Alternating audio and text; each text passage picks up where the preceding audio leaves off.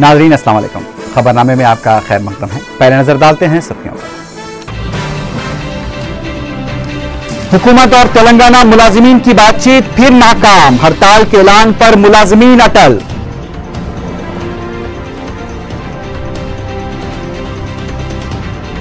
YSR की image Congress नहीं जगन की पार्टी खराब कर रही है, सदर प्रदेश कांग्रेस का इल्जाम।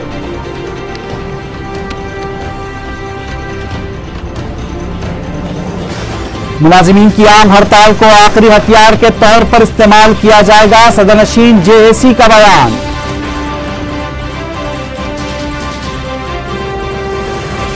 और जाली करेंसी का रैकेट बेनकाब 5 अफराद गिरफ्तार, खातून सरगना की पुलिस को तलाश। अब खबरें तफसील से।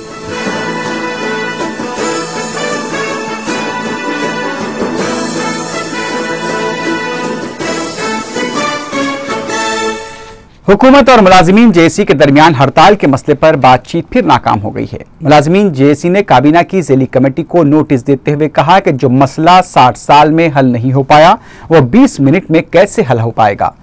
मुलाजिमीन जेएसी के नुमाइंदों सुरेश और नरेंद्र ने मीडिया से बात करते हुए बताया कि 8 महकमे जात में हुकूमत की जानिब से एस्मा के लुजूम का इशारा दिया गया है। इसकी बर्खास्तगी और सरकारी दफातर से पुलिस के दस्तों को हटाए जाने का भी मुतालबा किया गया है। मुलाजिमीन ने अपने फिर इस मौक़िफ़ को दोहराया है कि वह तश्कील तेलंगाना से हटकर दूसरी बात नहीं करेंगे। जेएसी के नुमाइंदों ने हुकूमत की जानिब से ज़रूरी अशिया और अवामी खिदमात में खलल की दुहाई देने पर अफसोस का इज़हार करते हुए कहा कि हुकूमत को अवाम की मुश्किलात का क्यों अब ख्याल आ रहा है।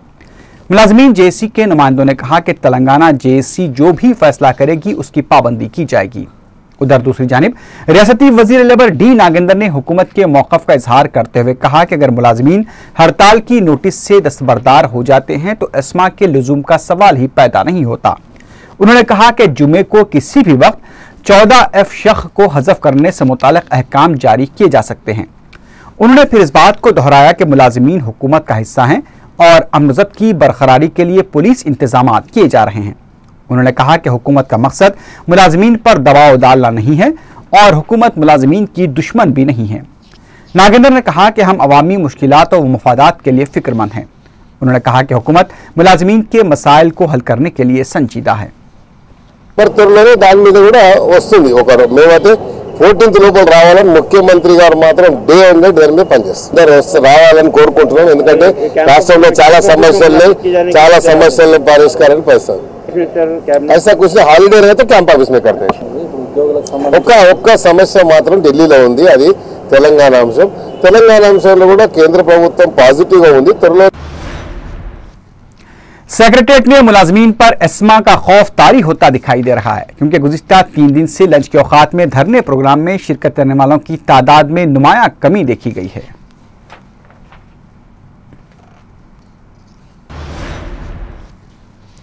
आम हड़ताल को आखिरी हथियार के तौर पर इस्तेमाल किया जाएगा। सदरनशीन जेसी कोदंडाराम ने जेसी के इजलास के बाद 4 टीवी से बात करते हुए यह बात कही। उन्होंने कहा कि 8 अगस्त से तहरीक में शिद्दत पैदा करने के लिए जो प्रोग्राम का ऐलान किया गया था उसमें किसी किस्म की तब्दीली नहीं की जाएगी। कोदंडाराम ने बताया कि माह रमज़ान मुबारक और श्रवण के महीने के पेश नज़र अवामी तकालीफ का ख्याल रखते हुए 17 अगस्त से शुरू की जाने वाली आम हड़ताल को 6 सितंबर तक मुलतवी करने का फैसला किया गया है। उनको एक ऐलान करना, एक तरफ एस्मा कानून और दूसरी तरफ में ये फैसला क्या बोलते ऐसी बात सामने आ रही है। ये वैसे तो पूरे मुलाजिम की तंजीम तैयार है, लेकिन बात ऐसा है अब ये पूरा एक मुलाजिम का एजिटेशन का रूप आ गया, इसको एक इसका पिक्चर आ गया, तो इससे क्या उनके ऊपर दबाव आएंगे। तो पूरा पॉलिटिकल पार्टीज बैठ के ये दबाव हम लेंगे, हम हमारे कंधों पे लेंगे, हम आगे चलेंगे और बाद में सरकारी मुलाजिम को इसमें हिस्सा बनाएंगे, ताकि ये एक पावरफुल वेपन है हमारा हाथ में।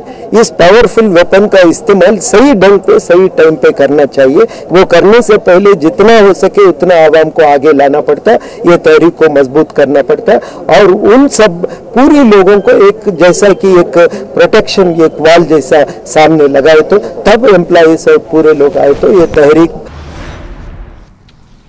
वाईएस राजशेखर रेड्डी की इमेज को कांग्रेस नहीं बल्कि वाईएसआर कांग्रेस खराब कर रही है। मीडिया से बात करते हुए पीसीसी सदर बोत्सा सत्यनारायण ने यह बात कही। उन्होंने कहा कि हाईकोर्ट के फैसले के पीछे कांग्रेस का कोई हाथ नहीं है, क्योंकि हाईकोर्ट ने खुद हुकूमत को भी बास बेकायदियों के लिए जिम्मेदार ठहराया है।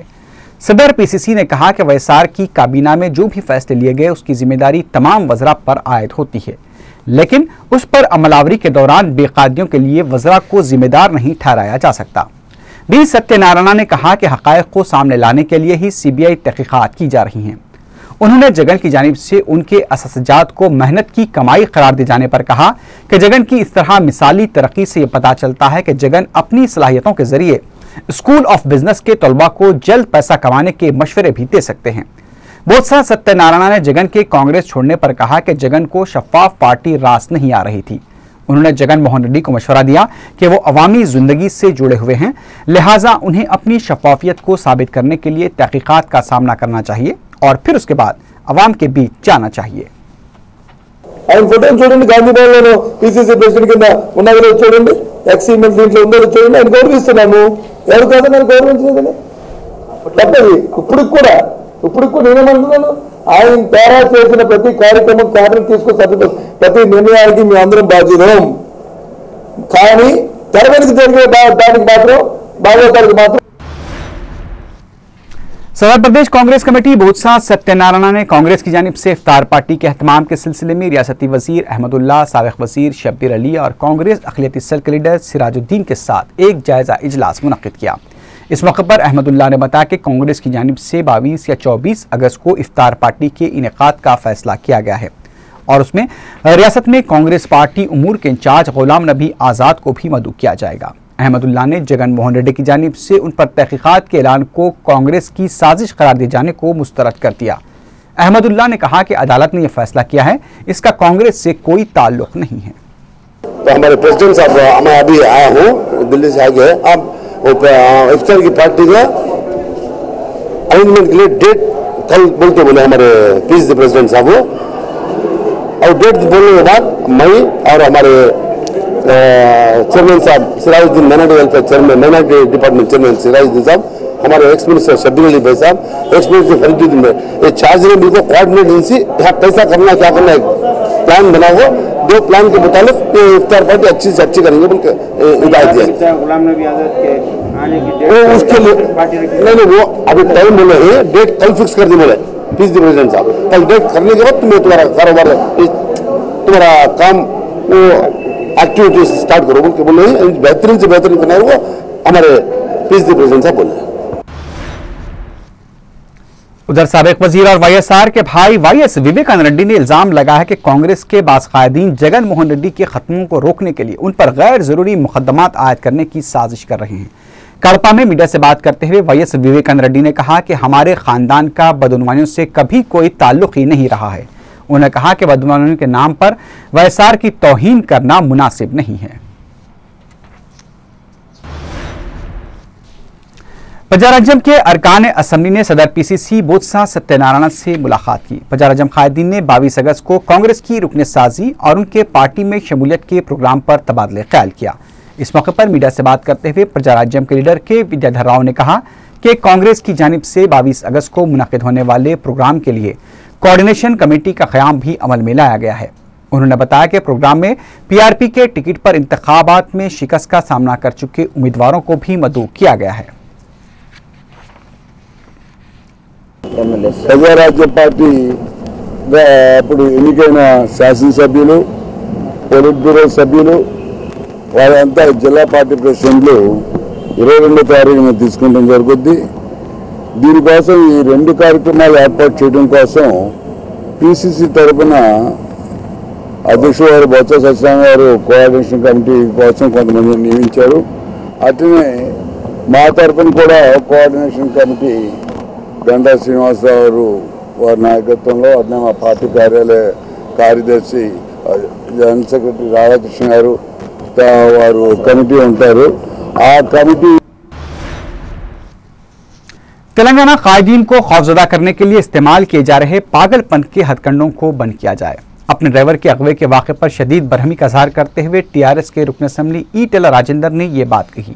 उन्होंने कहा कि उनके ड्राइवर मल्लेश के अगवे में मुलव्विस अनासिर के खिलाफ सख्त कार्रवाई की जानी चाहिए। उन्होंने बताया कि इस सिलसिले में डीजीपी और चीफ मिनिस्टर से भी नुमाइंदगी की गई है। ई राजेंद्र ने कहा कि हुकूमत को इस तरह के वाकयात पर गफलत नहीं बरतनी चाहिए। మా పార్టీ పక్షాన ముఖ్యమంత్రి గారికి, హోంమంత్రి గారికి, డీజీ గారికి, ఇంటెలిజెన్స్ అడిషనల్ డీజీ గారికి అందరికి కూడా మరోసారి ఇస్తాం. ఇలాంటి పిచ్చి పిచ్చి వేషాలు వేస్తే తెలంగాణ జాతి క్షమించదనే విషయాన్ని మర్చిపోవద్దని చెప్పి ఈ సందర్భంగా హెచ్చరిస్తా ఉన్నాం. మేము ప్రతి క్షణం మా మెడలో సావుకు సంబంధించినటువంటి బిల్ల వేడేసుకొని తిరుగుతాం తప్ప మేము మా కార్యక్రమాల్ని మరింత ఉధృతం చేస్తాం తప్ప మరింత పదిన పద్ధతుల్లో మరింత కమిట్మెంట్ తోటి మా జాతి విముక్తి కోసం తెలంగాణ కోసం ఉద్యమిస్తాం తప్ప। तेलंगाना देने के बाद आप कितनी भी रियासतें तश्कील दे, हमें उससे कुछ लेना देना नहीं है। मीडिया से बात करते हुए रियासती वजीर बसवराज सारैया ने यह बात कही। उन्होंने तेलंगाना की तश्कील से नक्सलिज्म को फरोग मिलने के शुबहात को भी मुस्तरद कर दिया। ताहम उन्होंने कहा कि अगर तेलंगाना की तश्कील अमल में नहीं लाई गई तो तेलंगाना के नौजवान तशद्दुद का रास्ता अख्तियार कर सकते हैं। నైజాం ఈ రాష్ట్రానికి పాలించారు, తెలంగాణ ప్రాంతాన్నంతా ఒక్క మతకలం జరగలేదు అన్నాడు అంటే నీ బుట్టలే అనుకో। ఇప్పుడున్న పాత చెప్తారు పెద్దలంతా, ఇవాళ పొద్దున ఎక్కడైనా నైజాం ప్రభుత్వం మంచుకుని ప్రభుత్వం అంటారు కదా। रमजान मुबारक का रहमतों से भरा पहला अशरा खत्म हो चुका है। शहर की कई मसाजिद में नमाज तरावी में कुरान शरीफ के दौर मुकम्मल किए गए हैं। इसके बाद खत्म कुरान शरीफ की महाफिल और खुसूसी दुआओं का अहतमाम किया गया। मगफिरत के दूसरे अशरे का आगाज हो चुका है। मुसलमान इस मुक़द्दस और बाबरकत महीने में रज़ा इलाही के लिए दिन रात इबादत और इस्तिग़फ़ार कर रहे हैं। मक्का मस्जिद में भी कुरान शरीफ का एक दौर मुकम्मल हो गया। खतीब मक्का मस्जिद मौलाना अब्दुल्ला कुरैशी अल अज़हरी को तहनीत पेश की गई। 4TV की जानिब से जुमेरात की शब से हर में मक्का शरीफ की तरावी का रास टेलीकास्ट किया जाएगा।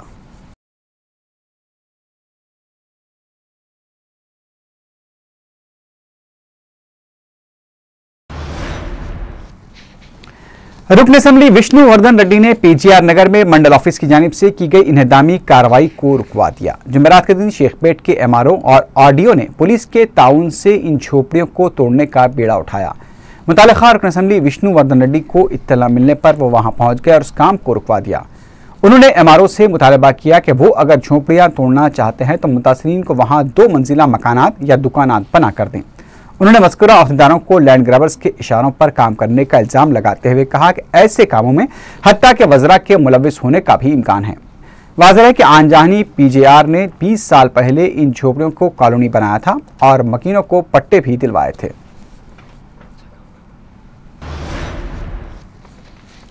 भाई बहन के मुक़द्दस रिश्ते का त्यौहार राखी हफ्ते को मुल्क भर में मनाया जाएगा। ये त्यौहार भाई बहन के मुक़द्दस रिश्ते की अलामत तस्वुर किया जाता है और इस रोज़ बहनें अपने भाई की कलाई पर राखी बांधती हैं और भाई अपनी बहन की हिफाजत का अहद करता है। राखी त्यौहार की आमद के पेश नज़र शहर में कई मुकामात पर रंग बिरंगी राखियाँ फ़रोख्त की जा रही हैं। 10 रुपये से लेकर 200 रुपये तक की राखियाँ बाजार में दस्तियाब हैं। इसके अलावा चांदी का काम की हुई 1500 रुपये से ज़ायद की भी राखियाँ फ़रोख्त की जा रही हैं।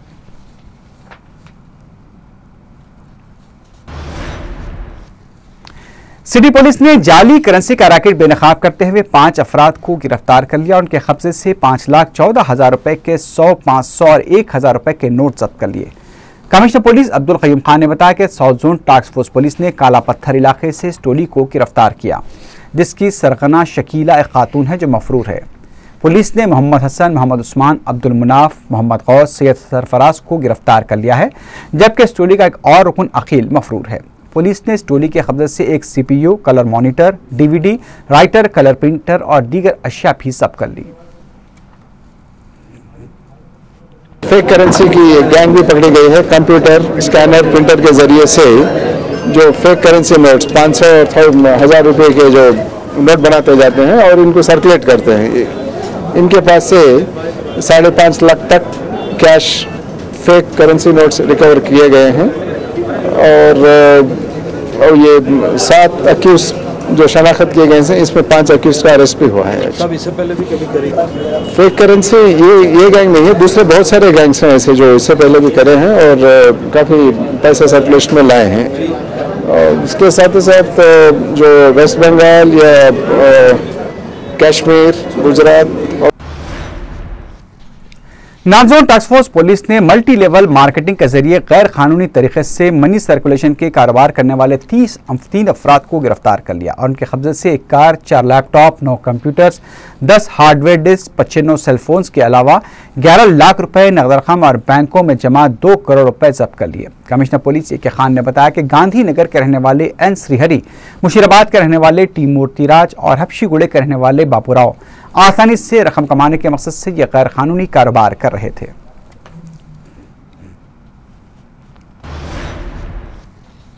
टास्क फोर्स सेंट्रल जोन की टीम ने जायद मुनाफे का लालच देकर मासूम अफराद को ठगने वाले 3 अफराद को गिरफ्तार कर लिया। कमिश्नर पुलिस अब्दुल कयूम खान ने बताया कि टाटा प्रमोद, अजय राज और रविंदर रेड्डी ने विश्व ज्योति के नाम से कंपनी कायम करके सरमायाकारी की स्कीम बनाकर अवाम को जायद मुनाफे का लालच देने लगे। उन्होंने अपनी कंपनी के नाम से एक वेबसाइट भी कायम की थी और इन तीनों ने खुद को वरंगल और विजयवाड़ा के रियल एस्टेट ताजिर बताते हुए सरमायाकारी के लिए ग्राहकों को राग़िब किया। इन अफराद ने इस स्कीम के सिलसिले में गलत इत्तला फराहम करते हुए 45,000 ग्राहकों को धोखा देकर 40 करोड़ रुपए हड़प कर लिए। पुलिस ने इन अफराद के कब्जे से 2 करोड़ 40 लाख रुपए बरामद कर लिए हैं। पुलिस ने अवाम से सरमायाकारी की स्कीमात में शामिल होने से कबल तमाम जानकारी हासिल करने की अपील की है।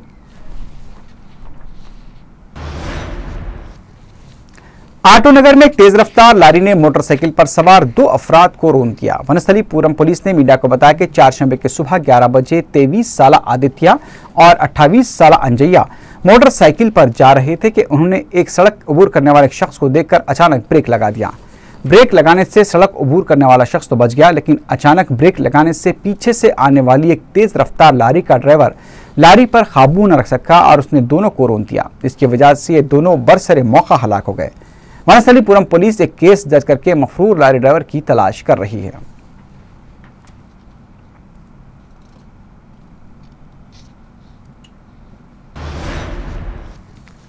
मोहब्बत की आड़ में जिनसी इस्तेसाल करने वाले एक पुलिस कांस्टेबल के खिलाफ एक खातून ने शमशाबाद पुलिस में शिकायत दर्ज करवाई। बताया जाता है कि कुकटपल्ली पुलिस में कांस्टेबल की हैसियत से काम करने वाला महेश विजयवाड़ा की रहने वाली कल्याणी के साथ मोहब्बत करता था। उसने कल्याणी को शमशाबाद में किराए के मकान में रखकर उसके साथ जिनसी इस्तेसाल भी किया। बादशाह महेश ने शादी के लिए वालिदैन की नाराजगी का बहाना बनाकर कल्याणी से तर्क ताल्लुक कर लिया। महेश के इस रवैये से दिलबर्दाश्त होकर कल्याणी ने शमशाबाद पुलिस में शिकायत दर्ज करवाई।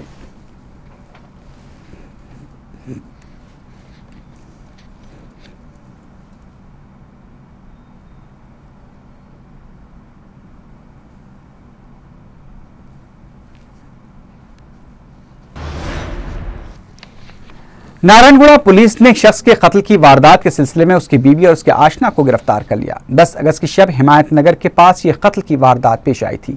पुलिस ने बताया कि मकतूल टी रामाकृष्णा शराब का आदी था, जिसने 15 साल कबल नरसीपट्टनम विशाखापट्टनम में लक्ष्मी नामी खातून से शादी की थी। बाद में वो रोजगार की तलाश में हैदराबाद आया, फिर यहाँ भी उसने एक और खातून से शादी की।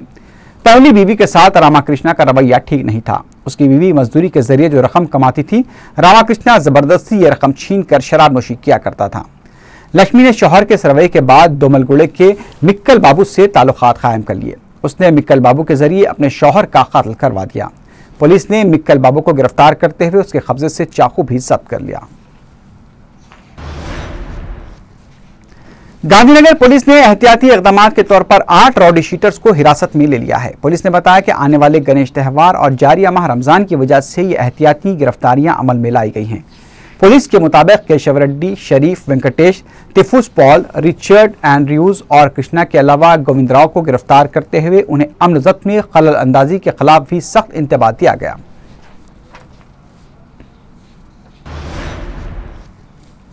जुबली हिल्स पुलिस ने 3 शादियां करके शौहरों को लूटने वाली खातून को गिरफ्तार करके अदालती तहवील में दे दिया। Circle inspector police Narasimha Rao ने मीडिया को बताया कि 30 साला स्नेहा ने माल दौलत और जेवरात हासिल करने के लिए शादी को एक जरिया बनाया था। एक के बाद दीगर 3 शादियां करके उसने खूब दौलत कमाई और अपने पहले शौहर के साथ जिंदगी गुजारने लगी। उन्होंने बताया कि स्नेहा के दूसरे शौहर ने उसके खिलाफ पुलिस में शिकायत दर्ज करवाई थी।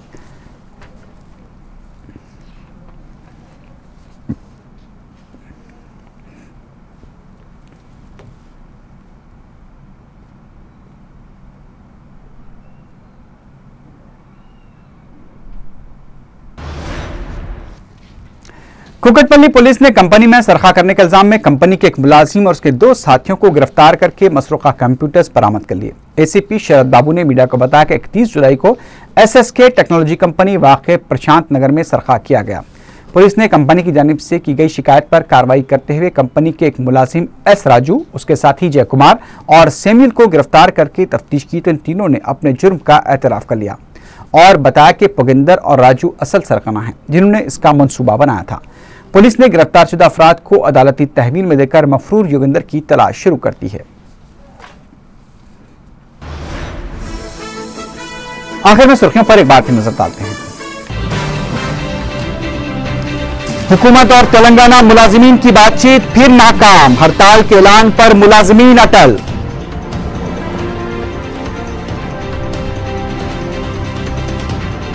वाईएसआर की इमेज कांग्रेस नहीं जगन की पार्टी खराब कर रही है, सदर प्रदेश कांग्रेस का इल्जाम।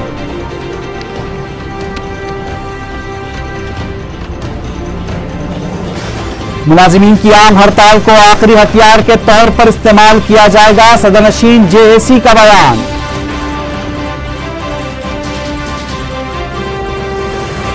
और जाली करेंसी का रैकेट बेनकाब 5 अफराद गिरफ्तार, खातून सरगना की पुलिस को तलाश।